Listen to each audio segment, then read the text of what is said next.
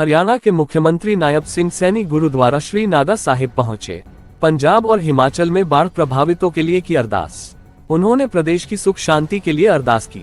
वर्ष 1984 के सिख दंगा पीड़ित परिवारों को नौकरी देने का निर्णय करने के बाद हरियाणा के मुख्यमंत्री नायब सिंह सैनी पंचकूला स्थित गुरुद्वारा श्री नागा साहिब माथा टेकने पहुंचे। उन्होंने सिख दंगा पीड़ित परिवारों के साथ अपनी संवेदना प्रकट की और कहा कि सिख विरोधी दंगों के दोषियों को प्रधानमंत्री नरेंद्र मोदी की सरकार ने सजा दिलाने का काम किया है।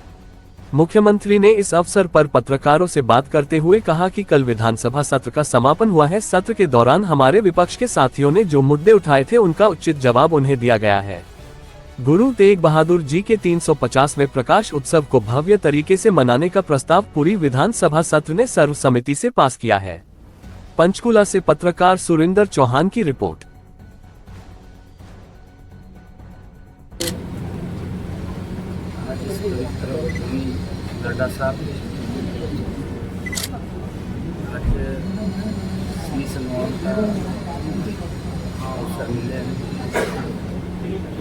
मैं प्रदेश के जो समस्या दे रही गुरु के चरणों में अरदास की है। कल विधानसभा का सत्र समापन हुआ है और लगातार हमारे विपक्षी साथियों ने जो भी मुद्दे उठाए हैं हर एक मुद्दे का जवाब उचित समय पर दिया गया है और विधानसभा ने सर्वसम्मत महान सदन ने गुरु तेग बहादुर जी के 350वें वर्ष के शहीदी दिवस के अवसर पर पूरे प्रदेश में बहुत ही भव्य तरीके से मनानदार पूरी विधानसभा ने रेजोल्यूशन पास किया है और आज मुझे गुरु के चरणों में श्री सम्मान का अवसर मिला है। मैं अगले साल सर बात की जाए हिमाचल, जम्मू कश्मीर और पंजाब में कई जगहों पर बाढ़ आ चुकी है, तो हरियाणा के लिए भी कोई इंस्ट्रक्शन जारी की गई है? देखिए, क्योंकि जो मौसम और बरसात का जो विषय है, जो हमारा क्लाइमेट वो चेंज हो रहा है, उसके कारण से कहीं कहीं बेतहाशा बरसात आ जाती है और उसके कारण से जान माल की हानि भी हुई है। परमपिता परमात्मा से प्रार्थना करता हूँ कि उन सब दिवंगत आत्माओं को जिन्होंने अपनों को खोया है या जो परमपिता परमात्मा के चरणों में विराजमान हुए हैं, मैं गुरु के चरणों में प्रार्थना करता हूँ कि उन सभी को अपने चरणा में निवास बख्शी और परिवार में जो दुख हुआ है उस दुख में सहन कर सकते। 19 जो शहीद हुए उनके बच्चों को नौकरी दी जाएगी।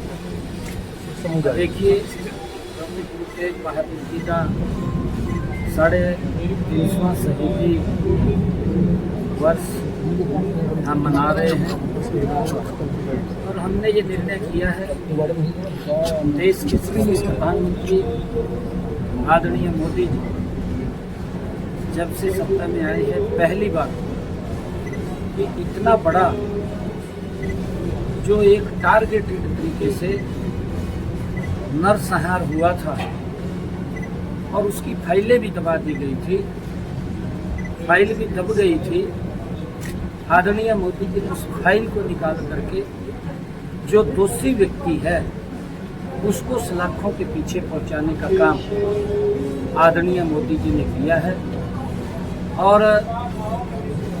जो 84 दंगों की वो हमारे पीड़ित लोग हैं, उन सब के लिए हमने हरियाणा में भी जो ऐसे परिवार हैं जिनके बिजनेस खराब हुए हैं या जिनके परिवार से मुखिया कमाने वाला था वही चला गया और परिवार के ऊपर दुखों का पहाड़ टूट गया। तो हमने निर्णय किया है कि ऐसे परिवारों के एक सदस्य को वो परिवार सर्वसम्मत डीसी को एक एप्लीकेशन देंगे और एक परिवार को हम यथोचित नौकरी देने का काम। विपक्ष चोरी, वोट चोरी का काफी इल्जाम लगा रहा है, चाहे हरियाणा हो चाहे कहीं और बिहार हो। देखिए, विपक्ष के पास मुद्दा नहीं है। अगर विपक्ष के पास कोई मुद्दा होता तो उसका गुणगान करते। 55 साल तक देश के ऊपर सत्ता में रहे हैं। 55 सालों में जिस गति से देश को आगे बढ़ना चाहिए था वो गति नहीं बढ़ पाई।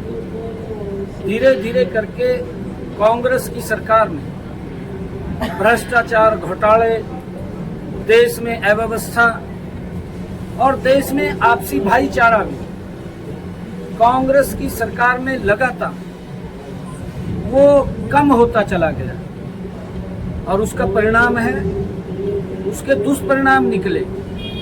आदरणीय मोदी जी के नेतृत्व में एक भारत श्रेष्ठ भारत आदरणीय मोदी जी ने कहा, उसका परिणाम है हमारा चाहे नॉर्थ ईस्ट हो और चाहे हमारा ये उत्तर भारत हो और चाहे दक्षिणी भारत हो, समान रूप से पूरे देश का समान विकास आदरणीय मोदी जी के नेतृत्व में हो रहा है। मुझे खुशी है कि आदरणीय मोदी जी ने जो गुरु नानक देव जी का 550 साला जब अटल जी की सरकार थी उसको भी मनाने का हमें अवसर मिला है। गुरु तेग बहादुर जी का 350 साला प्रकाश पर्व, 300 साला प्रकाश पर्व, वो भी हमें मनाने का अवसर मिला है। गुरु गोविंद सिंह जी का प्रकाश पर्व, वो भी हमें मनाने को मिला है। और जिस स्थल के ऊपर गुरु नानक देव जी रहे हैं, नानकपुरा साहिब, जो गुरदासपुर से सीधा कॉरिडोर उस स्थल को जोड़ने का काम भी आदरणीय मोदी जी ने किया है। निरंतर ये सरकार हमारे गुरुओं की जो शिक्षाएं उन्होंने हमें दी हैं, जो रास्ता हमारे गुरुओं ने हमें दिखाया है, निरंतर उसको आगे बढ़ाने का काम आदरणीय मोदी जी और हमारी डबल इंजन की सरकारें कर रही हैं।